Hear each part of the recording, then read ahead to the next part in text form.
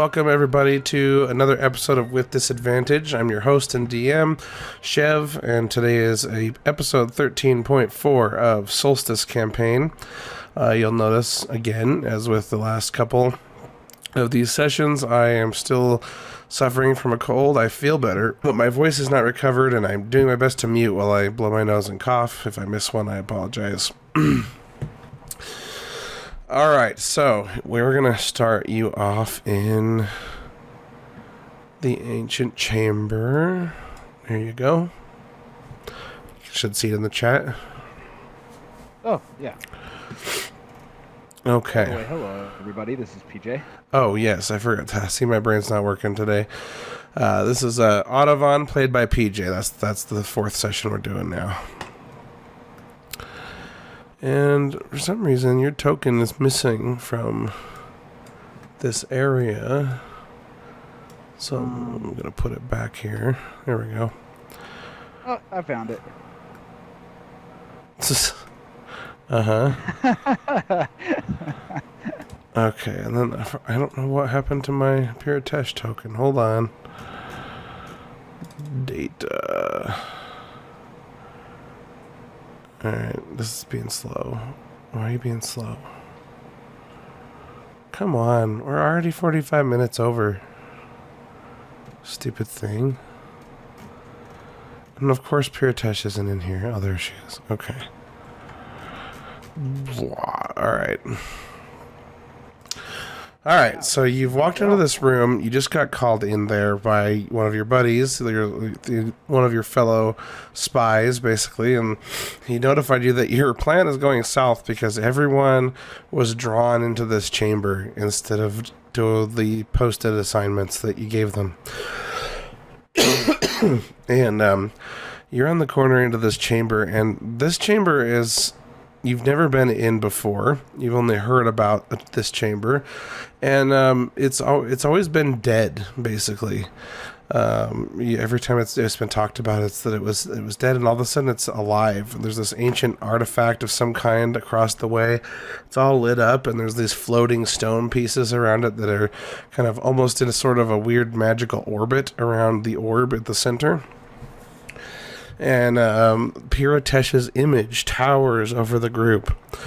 She's a big, huge hologram / spirit lady. And you look around and you notice that everyone else in this room, you see Dragthar and Naya across the way. You see Marina kind of run across the way. Kelgion runs about halfway there. Violet runs up towards Kelgion. But then at some point they all stop and they just stare up at Piratesh, and they basically have looks on their faces like the lights are on but nobody's home. They're just kind of like tongue hanging out, like drooling, like just very vacant looks in their eyes as they all stare zombie-like at Piratesh. And she says, "Come forward, I have gifts for all of you. I'm so happy you all came." Oh, yeah, what the hell is everybody else doing here? Naya, I thought you were supposed to be on the other end of the Dominion by now. Naya couldn't hear you even if she wasn't in a zombie-like state because she's way over here. Oh, gotcha. My voice just doesn't carry that far. No, it's a big chamber. I mean, you could shout it if you want to shout it across the whole chamber. Yeah, and with how important all of the different assignments would be to Ottovon, he would start shouting and cursing. Naya, what the fuck are you doing there? You're not supposed to be in this room. You're supposed to be with the Goliaths. Why are you here? Okay, so she definitely would hear you normally, but she doesn't turn or act like she hears you at all. And then Piratesh stops mid-speech and turns to you to look toward the back toward you, and she just says, "Ottovon, I'm glad you've arrived. Come forward. I have a special gift for you." Ooh, It will take but a moment. Okay, I have a moment, but not a whole lot more than that. Lay it on me. What's going on here? Come here. I will give you the gift of memory. Okay. Whatever you say, you're the boss. And I'm just gonna start heading her direction. Okay, there is a 5-foot gap that you have to leap, and you need an acrobatics check to leap it if you're gonna go that direction. All right. Only 5 feet. Yep. All right. So.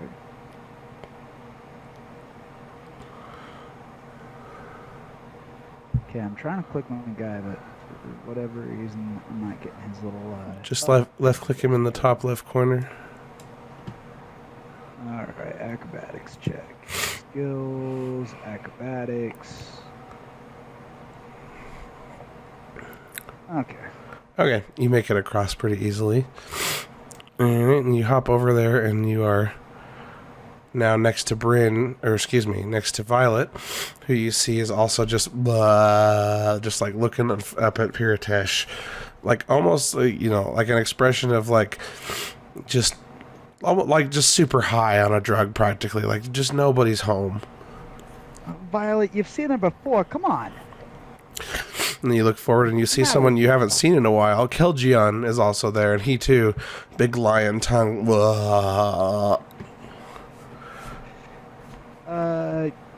Piritesh, do you have them all into some sort of trance or something? What's wrong with everybody? And she just says, "They are experiencing their gifts. Come forward." And she gets about 10 feet away from you.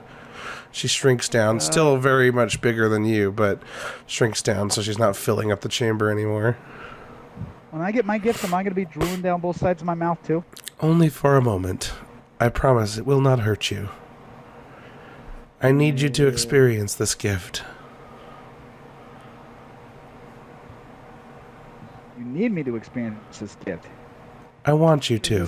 It will help you with tasks I have given you. All right. It may even help you in your fight here. This will take not more than a few moments. The memory will seem like longer, but here only moments will pass. More moments have passed in this conversation than will pass during the experience of your gift. Okay, well, we better get this show on the road then. All right, she reaches her hand out and she touches your head, and everything goes dark. Okay, I gotta kick you off of Ottovon, so take control of him. All right, open the PC tab again. You should see a new character in there. Okay, the PC tab. So I'm gonna close the map for now. That's fine. PC tab. So on the right, there's a button that says PC. Oh. Gotcha. Saria. Yes, Cirilla. Although I just realized it's kind of spoilers to already know the name ahead of time, but oh well. Okay. All right, so you awaken, and you find yourself shrouded in a sort of fog. And you reach out forward, and you can only reach out about a foot in front of you before you hit this clear covering that's over the top of you. And you're in some sort of bubble or egg-shaped enclosure, and you don't know where you are or what's going on. Okay.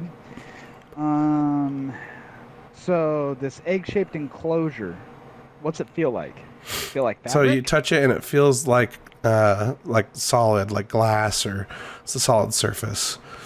And around me on all sides. Yes, it does. But only the forward half is translucent, whereas the back half is opaque. It's if you were inside of an egg, it'd be like half the egg that you're facing outward from is translucent. Gotcha. So I'm gonna wrap my knuckles on it and see what it feels like. Okay, you wrap your knuckles on it, and it goes boom, boom, boom, and it just feels like a hard surface, almost like you just wrapped them on a wooden table. And suddenly you hear a disembodied voice in a very I don't know what the best word to describe it, like harmonious or a very ordered tone. And you hear this voice: translocation commencing, Solstice habitat, Class M atmosphere, structure 92% complete, ejecting pods. And then all of a sudden you hear, and your whole pod shakes. and all your surroundings shift, and then it shifts a little bit more, and then it comes to a stop, and you just hear the voice: "Ejection system failure, damage to pod release mechanism." That's all you hear. Gotcha. In my present mindset. Oh, I'm losing you. Can you hear me? No, you're real body. Oh, hold on. There we go. All right, got it.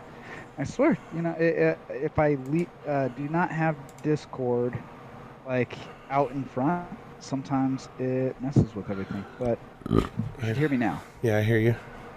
Okay. I was gonna say, does it mean anything to the character? So I should be clear, you have the mind of Ottovon. You don't even know that you're not Ottovon yet. Gotcha. Okay. So then... This is why it was a hard question to answer when you asked who you're playing as. I see. Okay. So you don't remember anything. So you remember Piritesh putting you to sleep, and here you are. Oh, thank you. That actually helps a lot. So then I'm going to... what was the last thing that was said by the computer? Oh, it said... Ejection system failure. Damage to pod release mechanism. Then I'm gonna start banging on the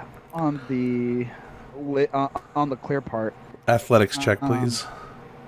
All right.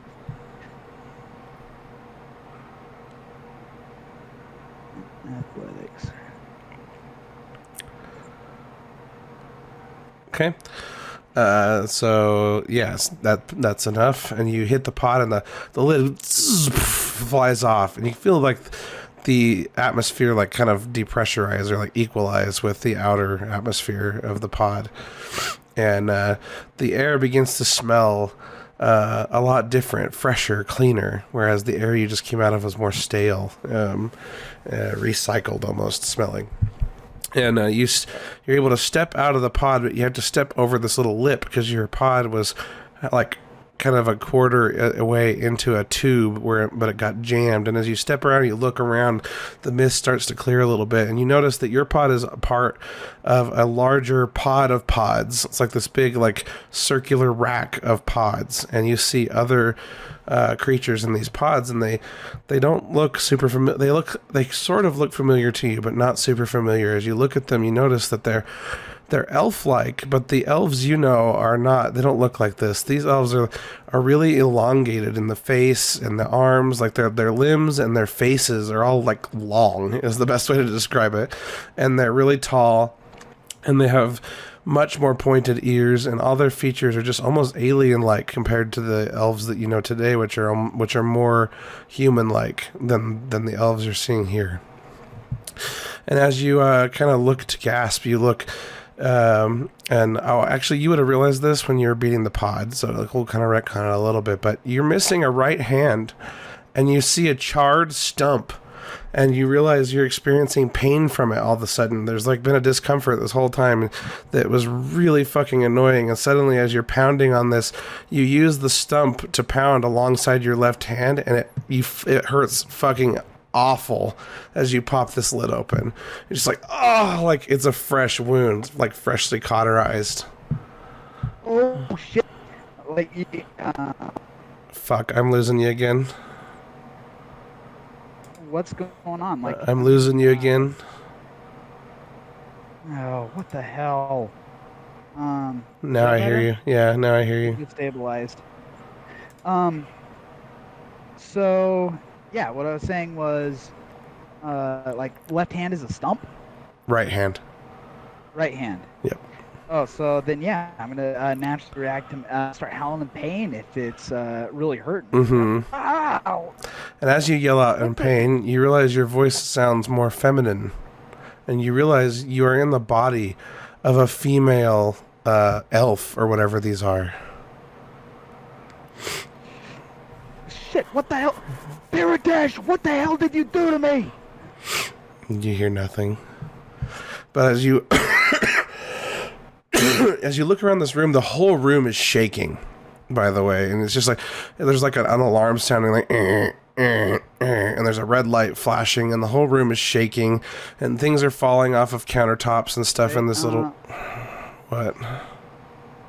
I'm gonna look into, like, can I make eye contact with anybody? Like, is there anybody looking at me? The only other people you see are the other elves in the pods, and they're asleep still. Oh, they're asleep. Yeah, sorry, I must have left that out. But yeah, they're asleep in the pods on this rack. Your pod is the only one that seems to be open, and if you, as now that you're out of it and you're looking at it, you see that the outside of it was damaged. So presumably you came out of some kind of stasis ahead of everyone else. Gotcha. Then yeah, I'm gonna go to another pod where there's somebody sleeping, and with my good hand, I'm gonna start banging on the window. Okay, you bang on the window. Athletics check.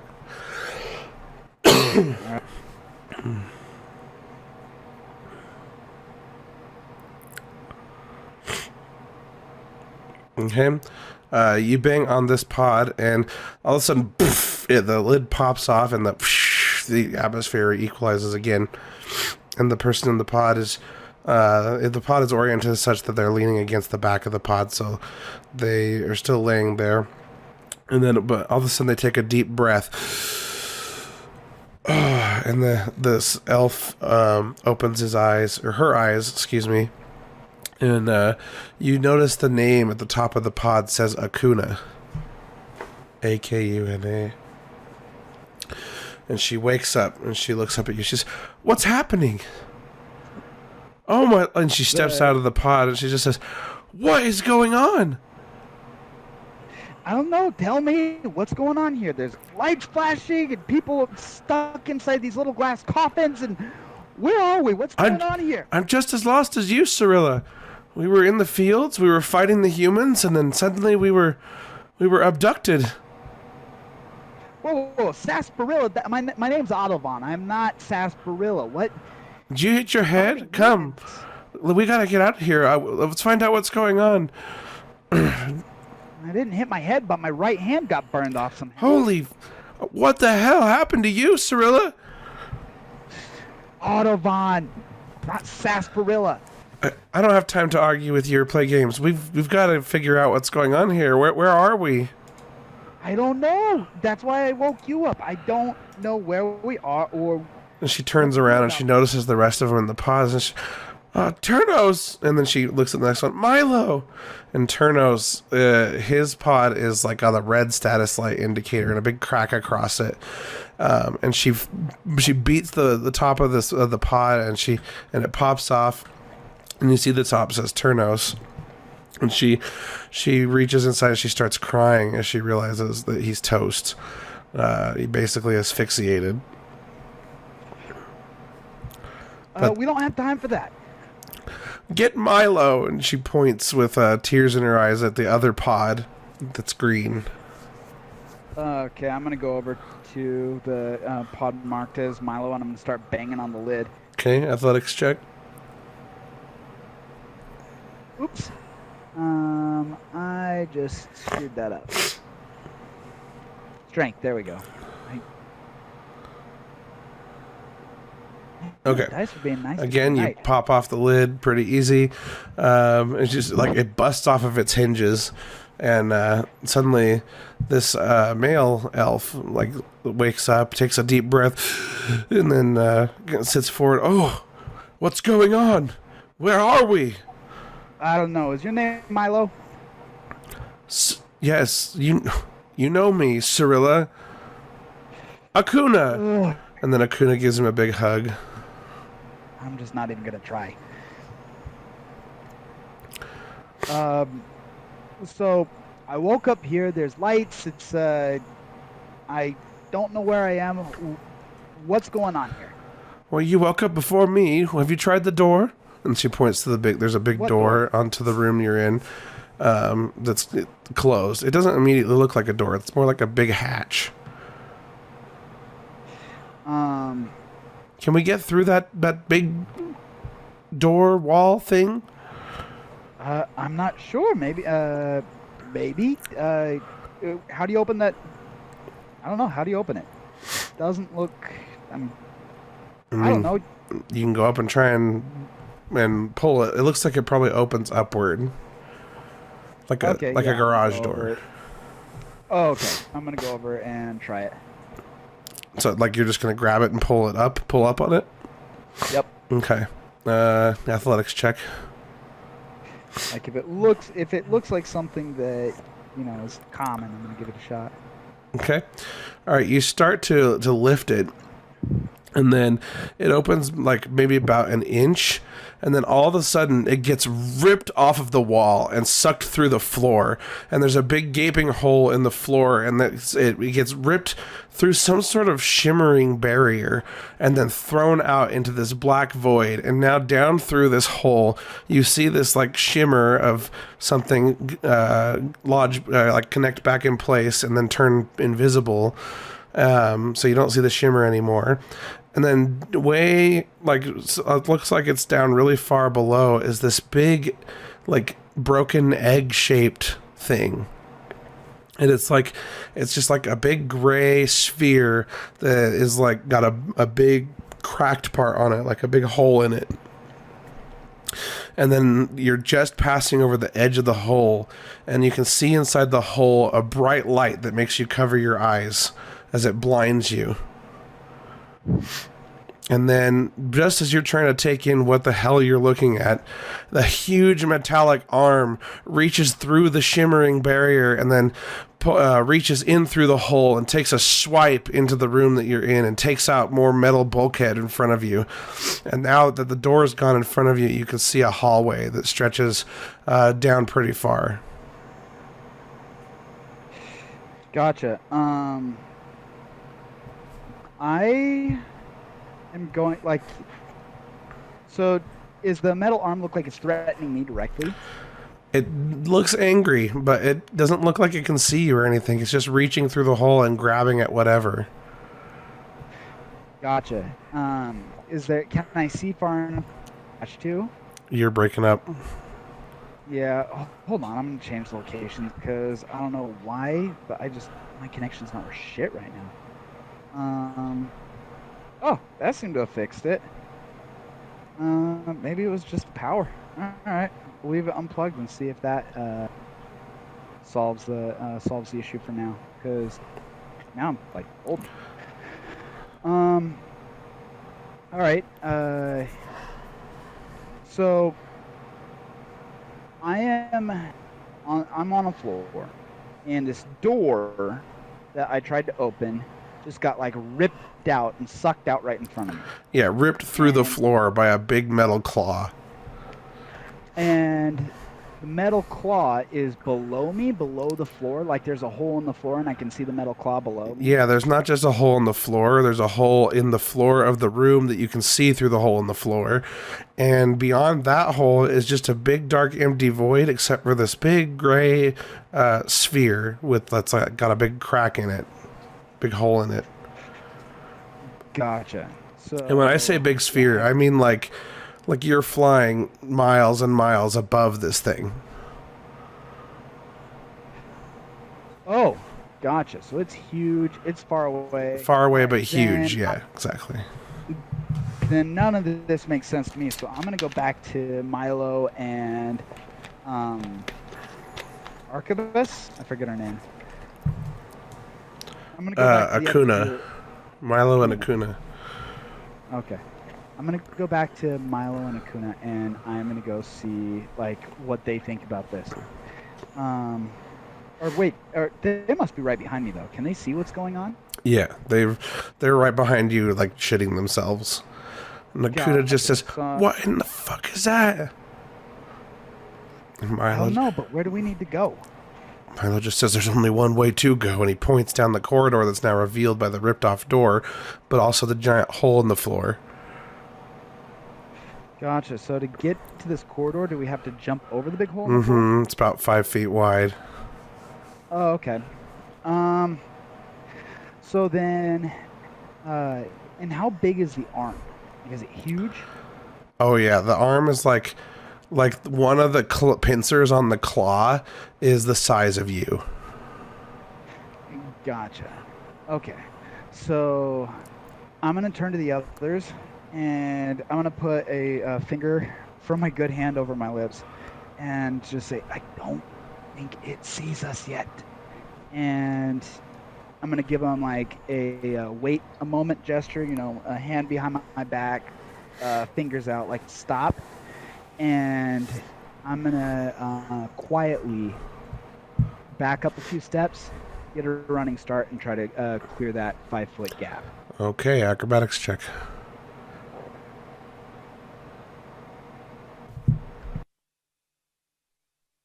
Oh my gosh. Oh, man. All right. I didn't roll a 1, but so you go to jump this pit, and you underestimate how much force it's going to take, and you jump over it, but you miss the other side, and you go falling down into the next room, and you fall into a compartment below you. So now you're in a room where the hole in the ceiling is what you just fell through, and there's a hole in the floor. And this room is dark. There's no lights on in this room. And so it's really hard to see anything in the actual room you're in. The only light you have is coming from the hole in the ceiling and the floor.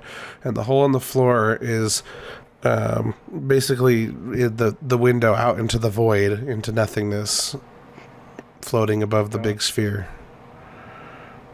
Do I have dark vision? You do. Okay, so despite the lack of light in the room, am I able to see, like... Yeah, you're able to see across the room. So the hole is like as big as almost half the room, but across the room on the other side, opposite the hole where you fell in, there is a bunch of containers of some kind. Very sleek looking containers.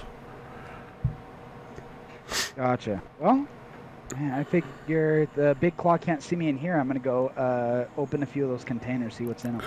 Okay, so you're able to walk by the hole very carefully, and as you do, the claw comes back through the hole and shreds through more metal and bulkhead, basically, of this thing you're in, and the claw pulls itself back through with more junk. And you get into this other side, and there's all these containers. You said you open one? Yeah, I'm just going to see what's in it. Okay, so you're looking at one, and you can't quite figure out how to open it. So roll me a... let's just do a investigation check. That's fine. All right. Nice. All right, so you're surprisingly able to intuit these two like little, not locks, but like notches on the side are you can stick your fingers in either hole and kind of pop it open, and the case snaps open, and inside you see a bunch of very flamboyant, colorful looking fabrics. Like there's a white shirt with stripes on it, like patterns you've never seen before in any clothing you've worn as Ottovon. Okay. Gosh, I can't say how uninterested I would be in clothing in a time like this. Does any of it look remotely useful? No. Okay, I'm gonna just kind of rummage through it real quick, see if I feel like of use behind it, and if I don't find anything, I'm gonna start looking for the exit. Okay. All right, you rummage through the rest of that case, and you don't find anything else. There are other cases in here, but they all look very similar. Do you open any more? I mean, if they take 2 seconds, yeah, I'm going to pop a couple others and see if they're all closed. Okay, you pop one open, and it's just a bunch of brochures, and you look at them, and they look like some sort of travel brochure or something very, like, you've never seen anything like it before, the way it's printed. But it looks like to be talking about some destination, and then there's another brochure, and there's a different destination. They're all similarly formatted, but they're definitely designed to appeal to someone once handed to them. And you said you pop open another one? Yeah. Okay, you pop open the third one. Let's see here. Okay. Oh, wow. Okay. You pop open this third one, and you see some sort of device in there. It's very funny looking. But the more you look at it, the more you realize it looks kind of like a crossbow. Like in the way that it's got a trigger. But other than that, it doesn't look anything like a crossbow. Just kind of the shape of it. Gotcha. I'm going to grab that and I'm going to make a dash for the exit of the room. Okay, you pick it up. It's surprisingly light. It's very smooth surfaces. No sharp edges or of any kind, and it's got like this very cylindrical, kind of oblong looking barrel on the front of it, and then it comes to a point with some sort of weird looking antenna or something, some filament on the end of it. You said you're going back to the hole? Is there an exit on the other side of the room away from the hole? There is, but it's completely blocked off by crushed bulkheads. Like the next room is like non-existent, basically. It's crumpled up. So there's no door, and you can see right in there, and there's just a bunch of smashed metal. Your only ways are up or down, basically. Gotcha. So I'm going to go... So I can drop down a level through the hole, or I can go up a level? Yes. Gotcha. Have I gotten any indication, or have I seen the others try to make a run and jump or anything like that? No, they're still up there, just terrified, just waiting to see what happens to you. Gotcha. So, yeah, I'm gonna go to the hole, and can I see what the arm is doing from where I'm at? You'd have to put your head out the bottom hole. Do you do that? Yeah. Okay. And very stealthily, very Roll me a stealth very cautiously. I'm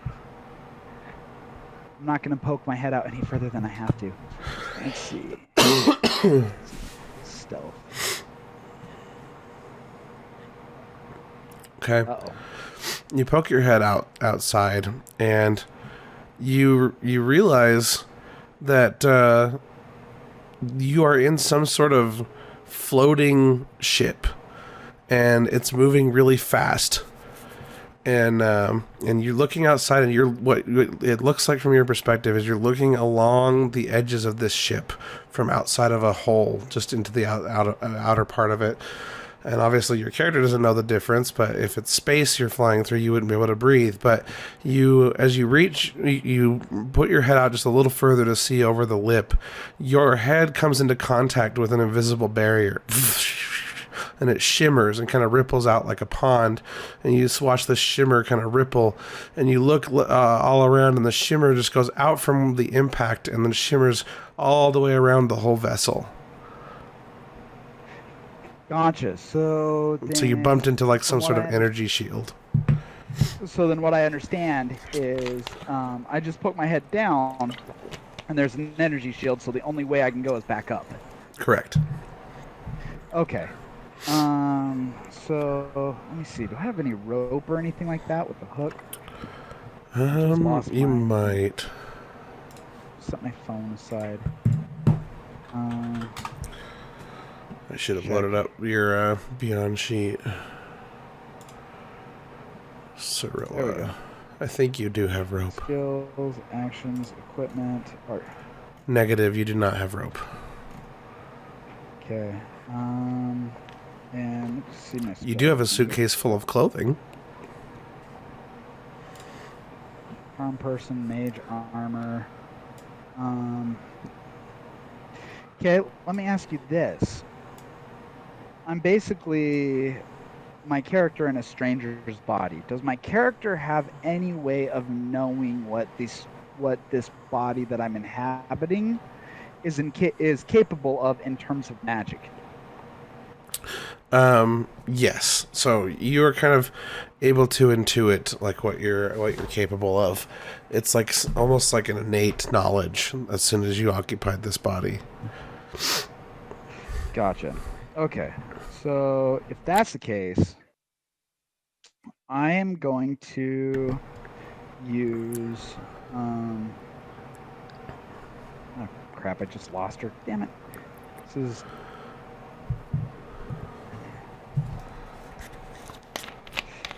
I want to use mirror image, but I'm not sure if now is the best time to do so, because I still don't know if I'm detected by this claw. Yeah, I guess the only thing I can do is... Okay, I know what I'm going to do. I'm going to go to the clothings, and I'm going to look for any sort of long sleeve shirts or pants. Okay. You find a bunch of long sleeve shirts and pants, and you find enough to string together into a rope. Okay, I'm going to do that, and then I'm going to take my crossbow. Performance check on the rope fashioning, please. Okay.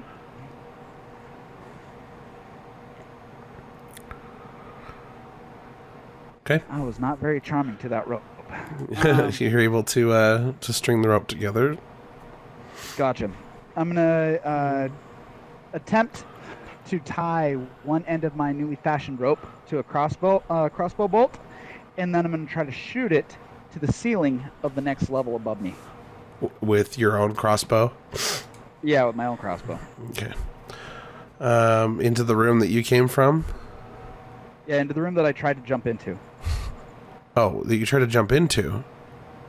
Yeah, because my understanding is I cleared the distance, but I fell a level down, right?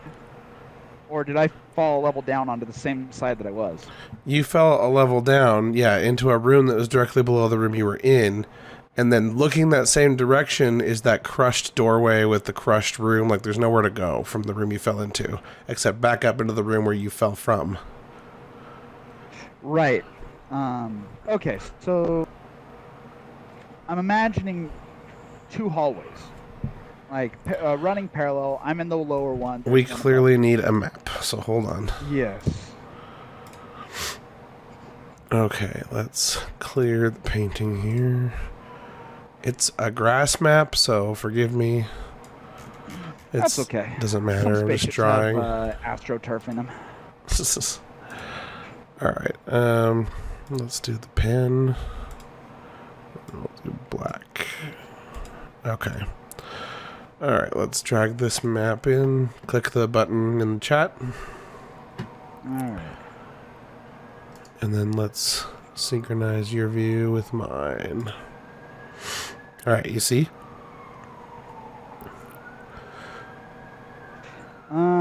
I see the grass. I see the grid. That's it. That's all there is right now. Okay. Oh, okay. So I'm going to draw the room you're in. Okay, and then... Alright, and then the doorway is like... I'll do green here. It's like right here. This is the doorway. And then there is a hole that is... Let me make this brush smaller. There is a hole that's opened up right here and kind of partly on the other side of the door too, and this door was gone. It was obliterated. Okay, and sucked through the hole. So now you can see into a long hallway that way. Just like that. Okay, and then down below you fell into a room with the same dimensions as the one you're in, but down there. And now down inside there, let me decrease this brush size again. Down inside there is another hole.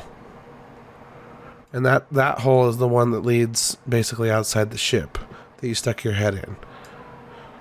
And then so basically this little part between the two holes here is the little lips of the floor of the room that you can see down below. Does that make sense? Yes. Okay. And so then if I am understanding correctly... So your character is down there somewhere. Okay, and my character is directly below the other two characters. Yes, the other two are up here, exactly. Okay. And there's no hall on the other side of the hole. The hallway on the floor below is completely crushed by bulkheads, like the walls have been crushed in and stuff. Gotcha. So I have to get back up. So you need to get exactly. You need to get back up here, and then you need to get back over there. Okay. So then I'm gonna toss up my rope, and in the hopes that one of the other characters sees it. One of the other characters see it. Okay, so you toss it up, and then you see Milo's face appear over the edge. He says, "We got the rope. Come on, get back up here." Okay, I'm gonna make that climb. Okay, roll me a dexterity saving throw. Dexterity saving throw. My goodness, Yep. this is serious shit. Let's see. Let me move the map here, and let's go to. There we go. Abilities, saves, dex. Be nice to me this time, dice. Okay. Okay. As you're climbing this rope and they're pulling you upward, the one of the knots you tied wasn't so great, and it starts to slip free. But you notice this, and you manage to reach past the knot and grab the other part of the rope, and you're able to save yourself from falling as they pull you up on top. You are now back up on top. Okay. Then the next thing I'm going to do is just see if I can spot where the big metal claw is again.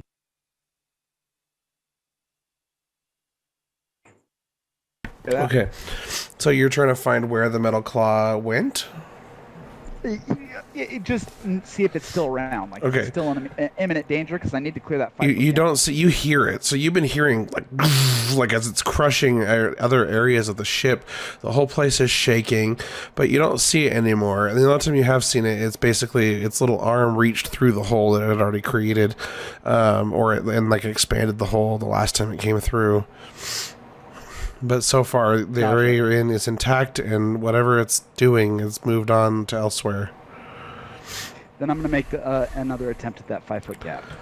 All right, acrobatics check. All right. Let's see. Be nice to me, dice. Okay, this time you're able to make it across, and so do Milo and Akuna as well. And you are now in this corridor.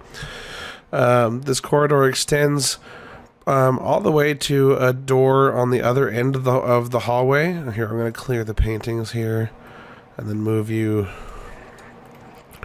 over to the right so we can draw better. How long is the weapon that I found in the level below me? How long is it? Yeah. Like, are we talking 6 inches, or are we talking 36 Picture. It's like a. Okay, talking pistol or shotgun? so if this is a hand, so there's fingers and a thumb. If it's holding on to a gun, let's see, it's got like a little hand. There's a trigger on it, and then it's kind of looks like almost like a Marvin Martian looking. Damn it! Hold on. Looking like ray gun type thing. So, oops. Oh, gotcha.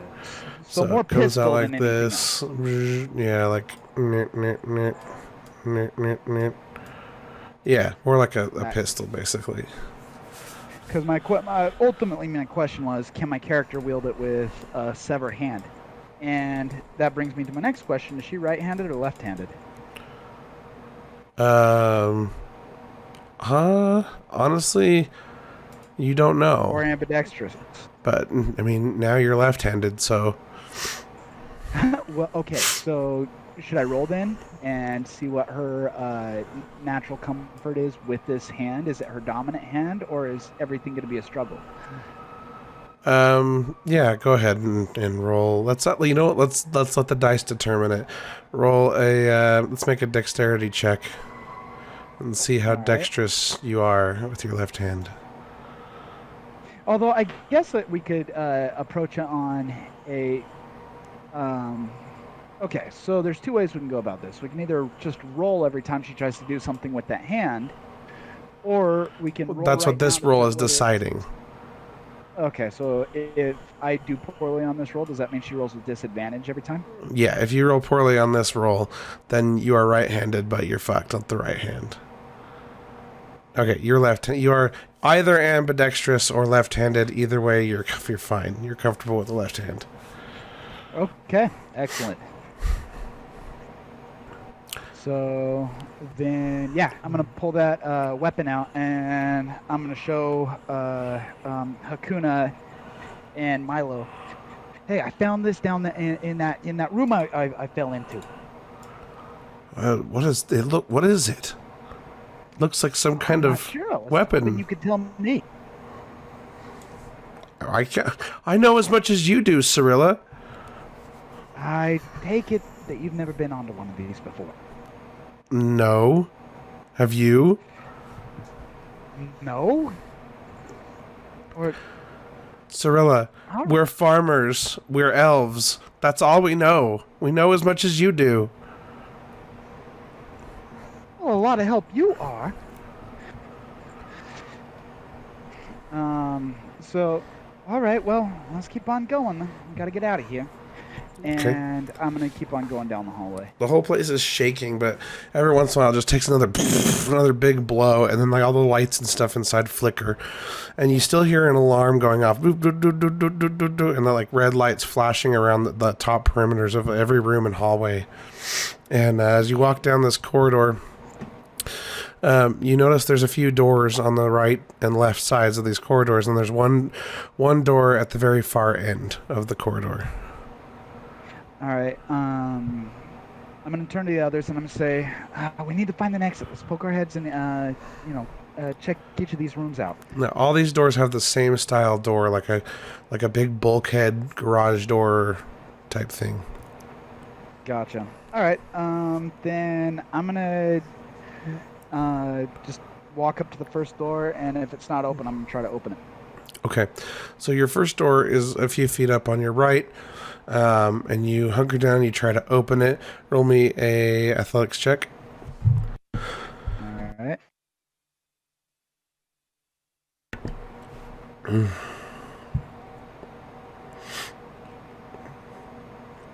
Oh, bitchin'. Okay, this one doesn't seem to be nearly as difficult. You pull it up, and it just kind of pops open, slides open, almost like it was like magnetized. And as soon as it got separated, it was like went up like blinds almost. And you pop it open, and you see inside it's another room very similar to the one you just came out of, except for it's not all crushed, and it has stasis pods in there on racks. But inside the stasis pods, you see very familiar looking forms. They're all human. Oh, human. Mm-hmm. Okay. I'm gonna go and I'm gonna disturb one of them. Okay. I'm gonna open up one of their pods. Okay. You open it up. Roll an athletics check. All right.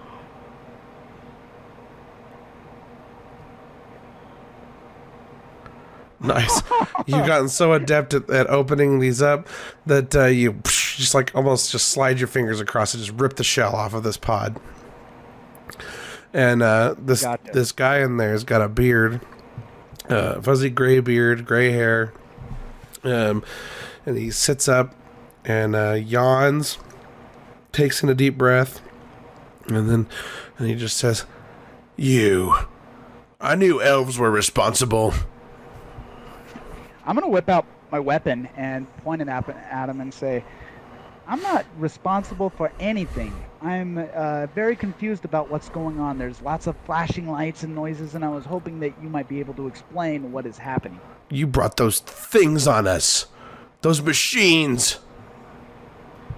Oh, you mean that giant arm that was ripping apart the rooms below? Yeah, we bumped into him. I wasn't sure who he was or where he came from. What are you talking about? Where are we?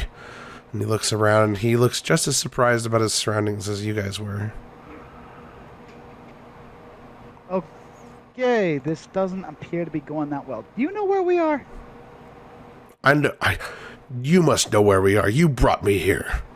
Why? I didn't bring you here. Then how did I get here? What are you doing here? Why are you waking me? I'm waking you because I'm very confused, and this doesn't seem like a great place to be. So I was hoping. Milo behind you just says, "Yeah, it might not have been a great idea to let the humans out."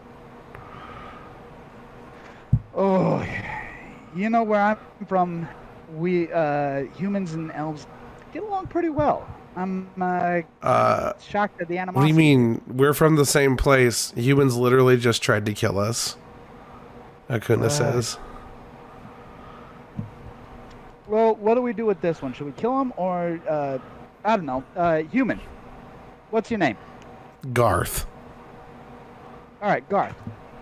Do you want to join us or should we just kill you here? Roll a intimidation check.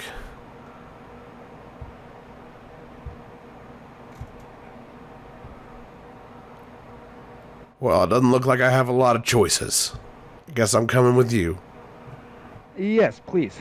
Make yourself comfortable. We just want to find a way out, and I'm sure that you want to do the same. You want to let the rest of my men out? Jarlath here will help us. Oh, that's a hard choice. Given the hostility you were experiencing, or given your hostile nature, I'm not sure that letting more of you out... If you're telling the truth and you don't know what's going on here any more than I do, then we need all the help we can get. Yeah. Jarlath, Gus, okay. Tamara, Jolene, we need them all.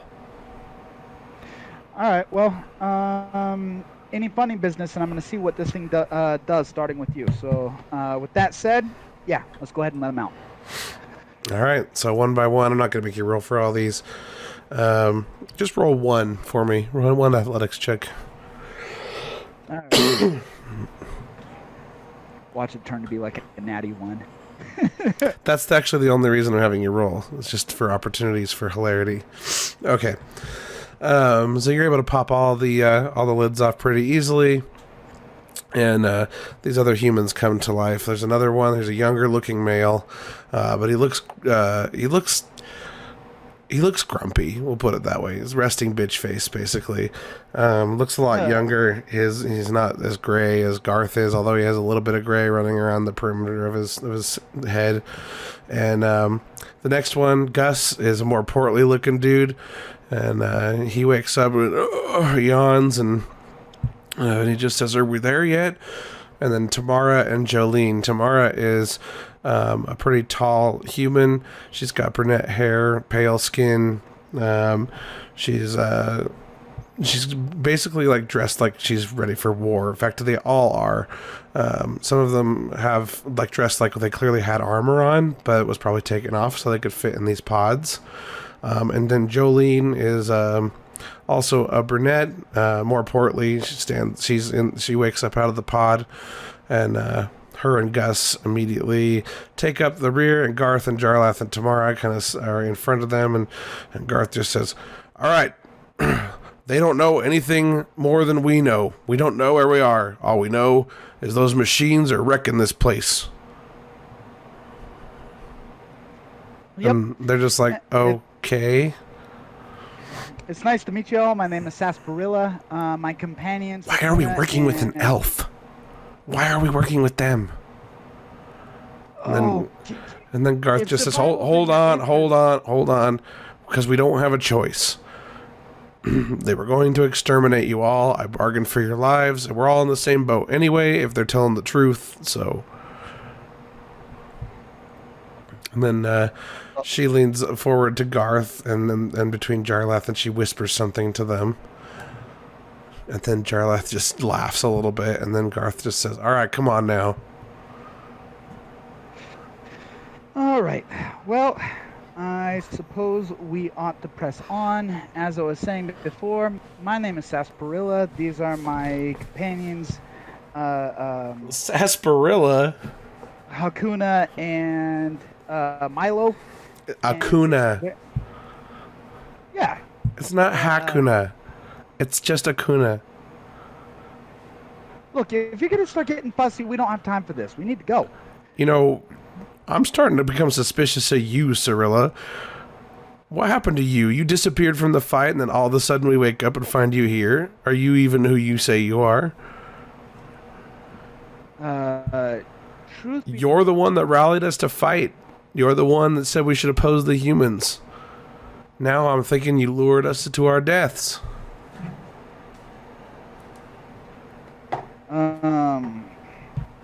Well, let's just say I woke up feeling very, very differently here than I did down there.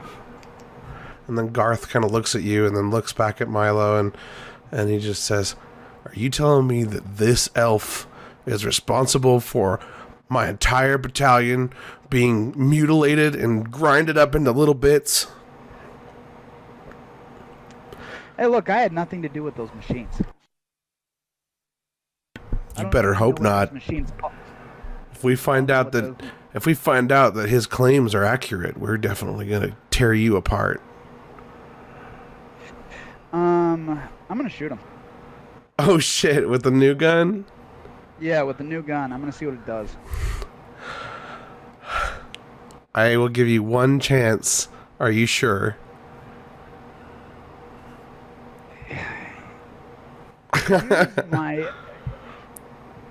I know what that means, but I don't think that my character has another choice. Okay. Because the thing is all right. All right. Do it. Roll 5d10, please. Okay. Let's see. 1, 2, 3, 4. Let's see. There's 5. Okay. You vaporize all of the humans as this energy wave just leashes out and hits the first human and then expands through like a cone through the rest of them and melts away the bulkhead behind the humans. And this little dial on the side of this gun goes down 15% from 100. And all that's left is just singed oxygen molecules, like just a burning smell in the air, as you vaporize a hole through the entire ship and all the way out through the shimmering shield, and you kill all the humans.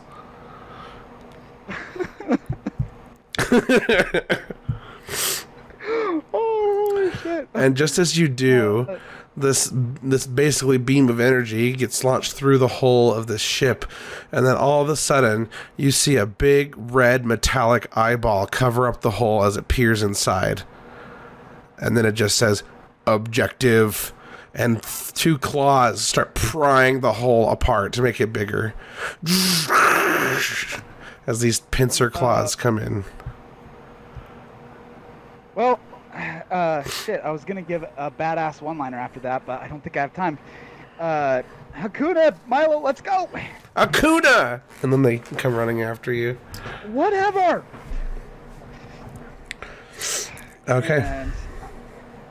And I'm gonna dash out, and I think we're just gonna, I'm gonna dash for the door at the end of the hallway. I don't even care what's in the left door on the left side. Okay. I'm not far enough away from that monster. All right, so as you guys are running, Akuna, she kind of says behind you, she's like, "Cirilla, I never really knew you. I can't believe you just did that. That was so badass." They were spooking me. Like, I mean, do we want to deal with problems on the front end or get stabbed in the back later? I mean, I probably just would have left him sleeping, but that works too. You know, I had the best intentions when I woke him up, but I didn't realize that things were going to go south that fast. All right, and just as you say that, the direction you're running, you are immediately... well, actually, you know what? Roll me a dexterity saving throw. All right. I fucking vaporized 10 people. Or 6 people. I'm kind of sad 5. about it because that portly guy, I wanted to get to know him, but whatever. Yeah, 5 people. Oh, okay. Oh, good. So looked like a 1 at first, and I was panicking. Okay, but you still failed. Oh, shit. This pincer claw comes jutting through the bulkhead right in front of you, and you face plant on it, basically. Not enough to do really any damage, but, you know, make you a little dizzy, and also you fall prone on the ground. And this pincer claw is crossing the hallway, preventing the route that you're going through, but then it starts to retract, and only one pincer retracts, and the other one almost like falls off of its support, almost like it's coming apart into like 5 different pieces. And then all these pieces hit the deck plate, and they immediately turn into little mechanical spiders, and they start walking their way towards you. Roll for initiative. All right. Let's see.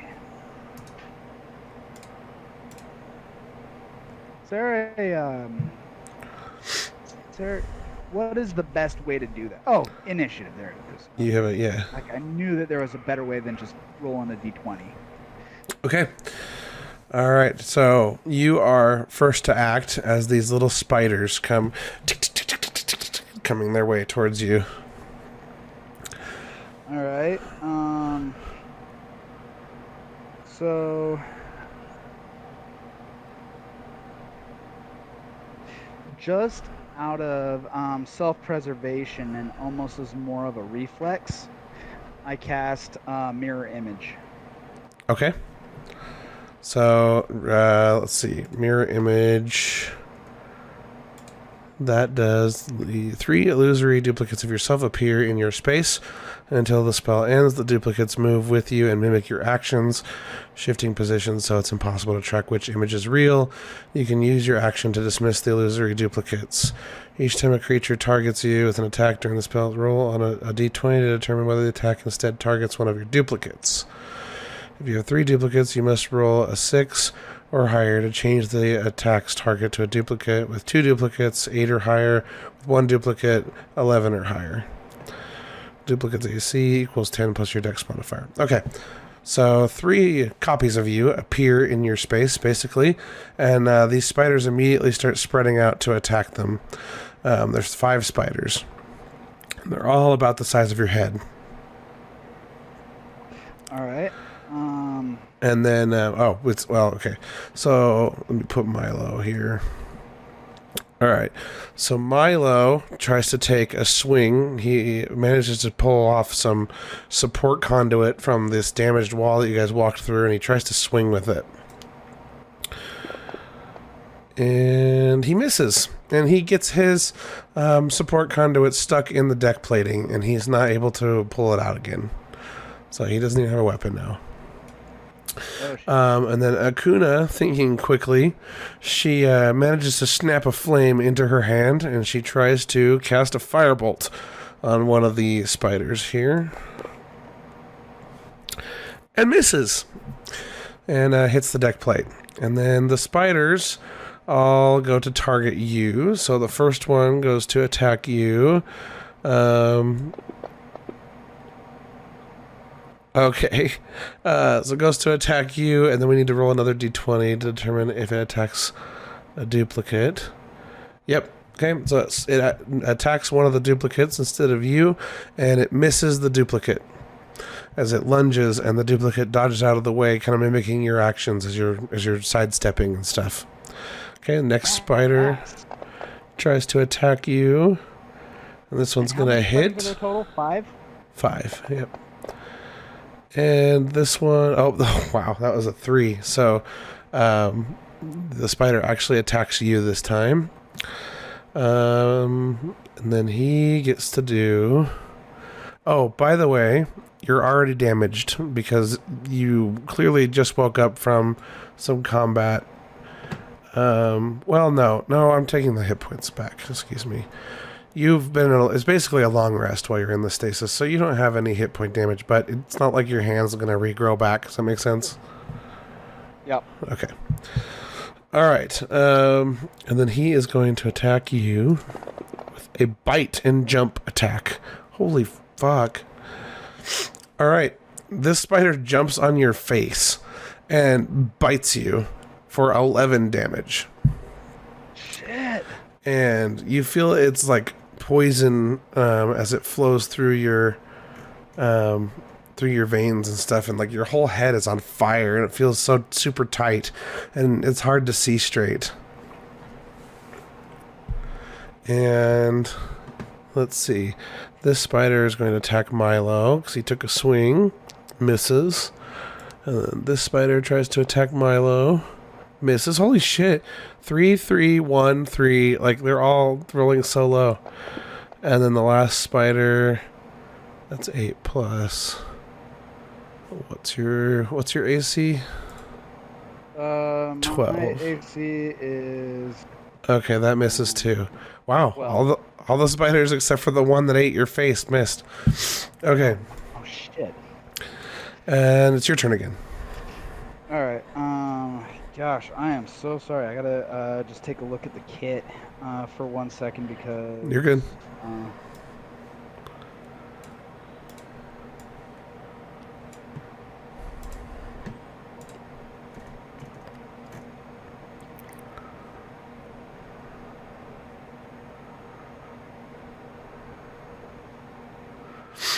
You hear another disembodied voice overhead as the computer system chimes in and says, "Parallax system failure indicated.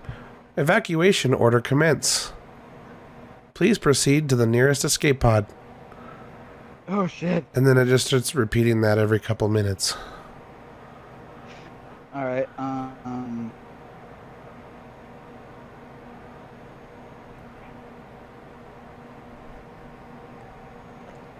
I'm gonna throw chill touch on whichever spider's closest and easiest to hit.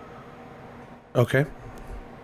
You create a ghostly skeletal hand within the space of a creature within range. Make a ranged spell attack against the creature to assail it with the chill of the grave. On a hit, the target takes 1d8 necrotic damage and cannot regain hit points until the start of your next turn. They're mechanic. Does that mean that they are still vulnerable to this shit? If you hit an undead target, it has disadvantage on attack rolls until the end of your next turn. Right. But it doesn't necessarily address these things which are probably fine with the cold of space. And since every magic spell I have deals with cold, my spell might not be worth much. So, as DM, I'll let you make the choice on that one. It's fine. It'll work fine. Okay, then yeah, I will throw the. Okay, just click the cast button. Okay. Let's see. Just doing this manually because it takes time to use the combat tracker properly, and since it's just a one-on-one, it's easy to do theater of the mind. Okay, yeah, you do it. Oh.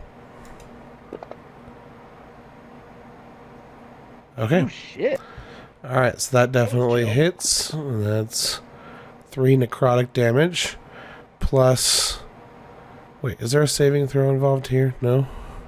No. If you hit an target, also has disadvantage on attack rolls. Oh, I see what you're asking. Hit the target. Can't regain hit points. Okay, so we'll apply the can't regain hit points. Cool. Okay, so basically it couldn't heal for this turn of combat if it had that ability. All right. So this you damage this spider, and a couple of its legs fall off, basically, and then the legs kind of turn into almost like little nanites, and then they disappear as they kind of run away. They just look like little fleas as they run away. But the spider keeps coming. And is that it for your turn, by the way? I can't tell. Actions, it says attacks per action, I get 1 sorcery points. You have 3 sorcery points that you regain when you finish a long rest. I don't know what the sorcery points done. I've never been a sorcery before, or a sorcerer. So you can expend them on different things. If you click it, you can. It says some stuff like flexible casting. You can create spell slots. You can convert spell slots to sorcery points. Gotcha. Creating spell slots. You can transform sorcery points into 1 spell slot as a bonus action on your turn. Creating spell slots shows you the cost. Oh, okay. So I see how that works. You can use sorcery points or sacrifice spell slots to gain additional sorcery points. Okay, so basically, I can convert my sorcery points into another spell at spell 2, or spell 1 if I needed to. Yes.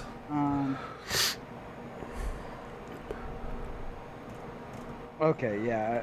I'm not gonna do that because I don't think I need my another thing at level 2 yet.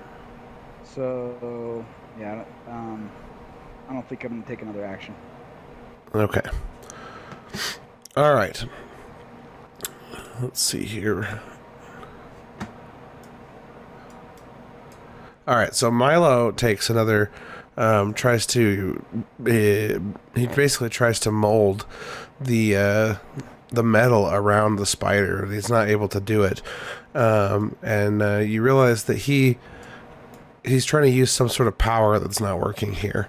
But then Akuna immediately lights a flame again, and she lops off a firebolt that hits the spider and finishes off its remaining legs that then fall and kind of run away as little nanites. And then same with its body. Once its body has no legs anymore, it kind of like falls apart into all these little nanites and then runs like through the deck plates and disappears. So there's one spider down. But then the next spider immediately tries to jump on you again. Okay, and that's going to be a hit, and then a d20 to figure out. Oh, shit. Oh, shit. It hits you again. Alright, and that's 2d6. 7. Oh, shit. You are unconscious. Alright, so your view fades out, and you are not able to continue anymore until you wake up, and you see that you are wake up again in the stasis pod, that like the one that you were in, except for this room you're in is intact, but you're very like fading in and out of consciousness. And you kind of look outside of this pod, and you're trying to get a bearing on your surroundings. It's starting to look familiar since you've just been around on the ship. And then you see a face press up against it, and it's Milo. And and Milo puts a bloody hand on the outside of the pod, and he says something with his mouth that you can't quite make out. And then a big pincer claw grabs him from behind and pulls him out into the corridor, just as you fall from the ship in this pod. And you are just kind of floating through empty space now, through this void, and as you're kind of looking back at the ship because you're falling the direction your back is facing, and you're watching as the ship gets smaller and smaller as you fly away, and you watch as the final shimmer of its outer shield just kind of pops, and then the rest of the ship starts to crush like a tin can as all these machines swarm over the top of this ship, just crushing it inward and just slamming their big pincers into it. It was clearly infested with these machines. And you start to follow. Your little egg pod is slowly turning, and you kind of turn, and the ship kind of fades out of view to your left, and you're just staring out into this beautiful void of just tons of stars, and you see this red dust kind of scattered across this like night sky. It's just like a sight you've never seen before in your life as Ottovon. Like, you've never seen stars, you've never seen space, you've never seen anything like this.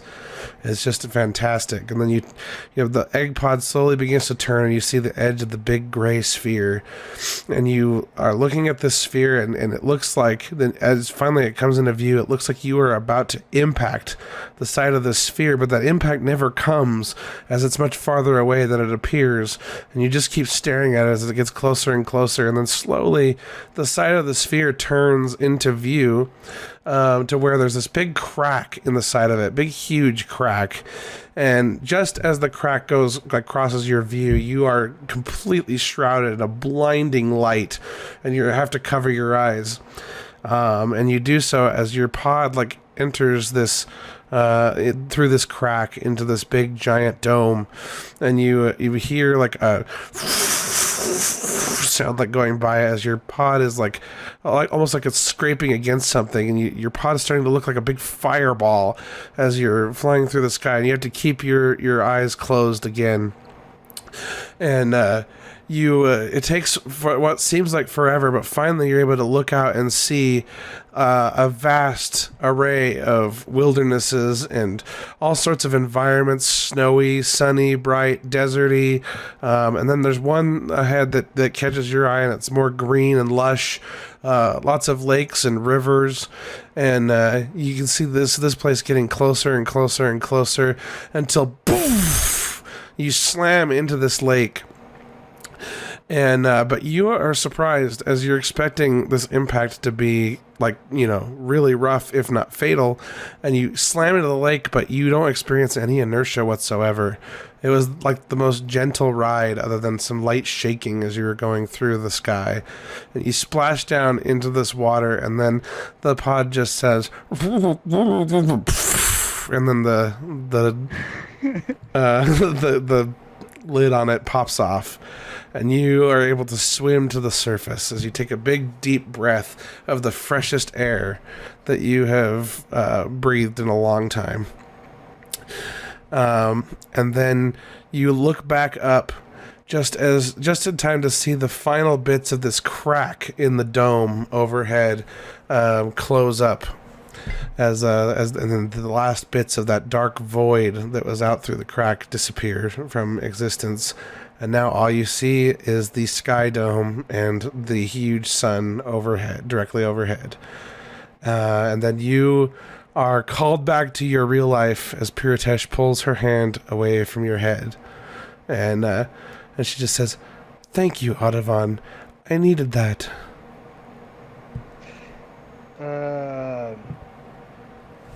Forgive me for being blunt, but what the hell just happened? I gave you a memory of your ancestor. Ancestor? Yes. Your ancestor. Cyrilla, you are half-elf. You are a descendant from elves.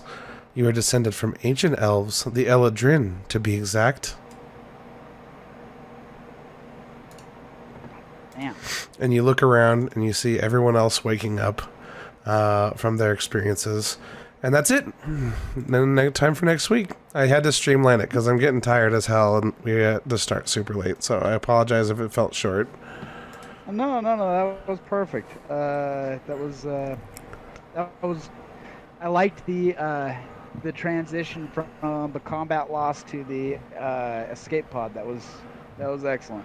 Yeah. Then plus you died, which I wasn't expecting. I wasn't expecting that either. Dude, the dice did not go your way. They only hit you. They only actually managed to hit you twice, and both times they saw through your mirror images. You rolled a 1 and a 3. Both times it would have switched it to a mirror image if it was a 6 or higher. Oh, I know. The statistical likelihood of that was tiny. That was like the first thing I did was, I don't want to die. Let's get a defense out there. Yeah. And wow. The only other thing I would have suggested was probably mage armor to raise your AC by 3 points. But what my interpretation of that when I read it is I can cast it on others, but I can't cast it on myself. No, you can cast it on yourself.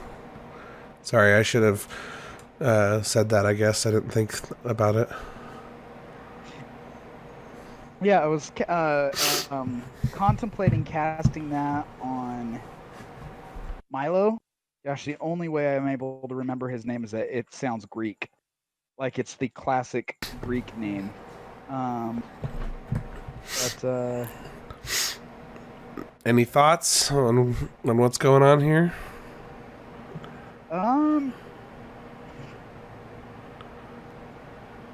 Any thoughts or guesses? I dropped a few hints in some of the computer dialogue. I don't know if you picked up on them. The only computer dialogue that I was picking up on was abandoned ship. So, here, I'll just read it. I'll read it back to you. I'll be nice. Okay. Let's see. Story. Ottovon flashback. You touch a willing creature who isn't wearing armor in a magic. You count. You count as a willing creature. Oh, gotcha. Okay. Okay. It said when you first got aboard Translocation commencing. Solstice habitat. Class M atmosphere. Structure 92% complete. Ejecting pods. That was probably Okay, yeah. See, that helps. And oh,